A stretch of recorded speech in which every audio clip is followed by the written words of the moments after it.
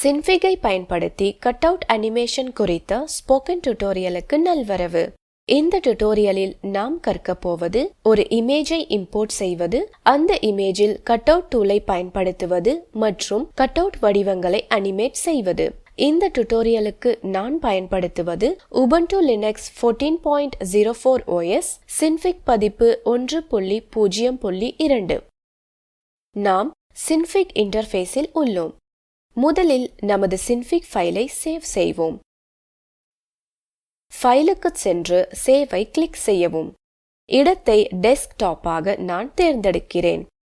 பின் நேமை கிளிக் செய்து அதை கட்அவுட் அனிமேஷன் என மாற்றவும். இப்போது கட்அவுட் அனிமேஷனை உருவாக்க தொடங்குவோம். நாம் சின்ஃபிக் ஃபைலில் இமேஜை இம்போர்ட் செய்ய வேண்டும். அதற்கு ஃபைலுக்கு சென்று இம்போர்ட்டை கிளிக் செய்யவும். Please select a file விண்டோவை திறக்கவும். painting.png ஐ தேர்ந்தெடுத்து பின் இம்போர்ட்டை கிளிக் செய்யவும். நாம் கேன்வாஸில் இமேஜை பெறுகிறோம். இவ்வாறே paint.png ஃபைலையும் இம்போர்ட் செய்யவும். பெயிண்ட் மற்றும் பெயிண்டிங் என்ற 2 லேயர்களை நாம் பெறுகிறோம்.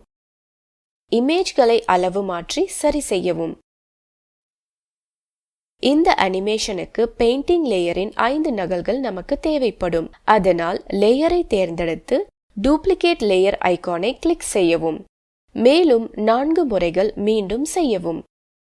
முதல் பெயிண்டிங் லேயர் மற்றும் அதன் 4 நகல்களை நாம் இப்போது பெற்றுள்ளோம்.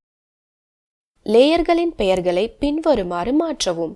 Girls head, girls upper body and bucket, girls legs, boys hand, boys body. Show அல்லது ஹைட் பாக்ஸை அன்செக் செய்து லேயர்ஸை ஆஃப் செய்யவும். Girls upper body and bucket லேயரை தேர்ந்தெடுத்து அந்த லேயரை டர்ன் ஆன் செய்யவும். டூல் பாக்ஸுக்கு செல்லவும். கட்அவுட் டூலை கிளிக் செய்து ஒரு அவுட்லைனை வரைந்து இந்த லேயரை மாஸ்க் செய்யவும். மாஸ்கின் நோட்களை நகர்த்தி நாம் மாஸ்கை சரி செய்யலாம். லேயர்களை ஒன்றன் பின் ஒன்றாக ஆன் செய்து மற்ற லேயர்களை மாஸ்க் செய்ய அதேபோல் கட்அவுட் டூலை பயன்படுத்தவும். கட்அவுட் டூலை வைத்து இம்போர்ட்டட் இமேஜின் மீது ஒரு மாஸ்கை செய்ய நாம் ஒரு ஃப்ரீஹேண்ட் தேர்ந்தெடுப்பை உருவாக்கலாம். இவ்வாறே paint.png லேயரையும் மாஸ்க் செய்யவும். இப்போது ஃபைலை சேவ் செய்ய Ctrl மற்றும் S கீகளை அழுத்தவும். லேயர்ஸ் பேனலுக்கு சென்று பாய்ஸ் ஹேண்ட் லேயரை கிளிக் செய்யவும். இந்த லேயரின் மாஸ்க் லேயரை ரைட் கிளிக் செய்யவும். நியூ லேயருக்கு சென்று பின் டிரான்ஸ்ஃபார்முக்கு செல்லவும். இப்போது ரொட்டேட்டை கிளிக் செய்யவும். ரொட்டேட் ஹேண்டிலை சரி செய்யவும். Turn on animate editing mode ஐகானை கிளிக் செய்யவும். கர்சரை 30வது ஃப்ரேமுக்கு நகர்த்தவும்.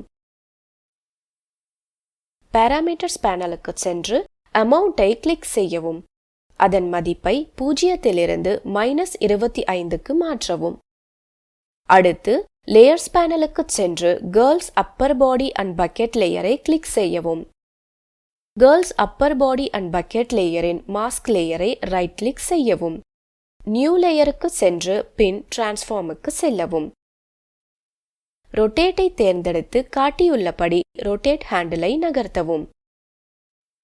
கர்சரை 70வது ஃப்ரேமுக்கு நகர்த்தி அமௌண்டின் மதிப்பை 0 -6.14க்கு மாற்றவும்.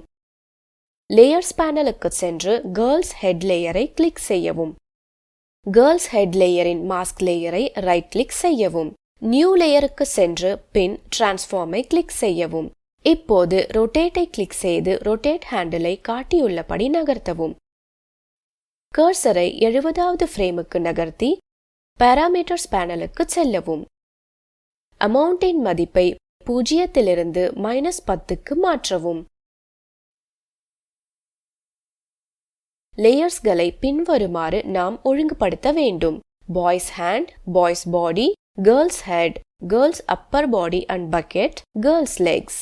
இப்போது லேயர்ஸ் பேனலுக்கு சென்று பெயிண்ட் லேயரின் மாஸ்கை கிளிக் செய்யவும். கர்சரை 0வது ஃப்ரேமில் வைத்து பின் கேன்வாஸுக்கு செல்லவும். காட்டியுள்ளபடி மாஸ்க் நோடுகளை நகர்த்தவும். கர்சரை 30வது ஃப்ரேமில் வைத்து பின் கேன்வாஸுக்கு செல்லவும். காட்டியுள்ளபடி மாஸ்க் நோட்களை நகர்த்தவும். Turn off animate editing mode ஐகானை கிளிக் செய்யவும். பின் கேன்வாஸின் கீழுள்ள சீக் டு பிகினை கிளிக் செய்யவும்.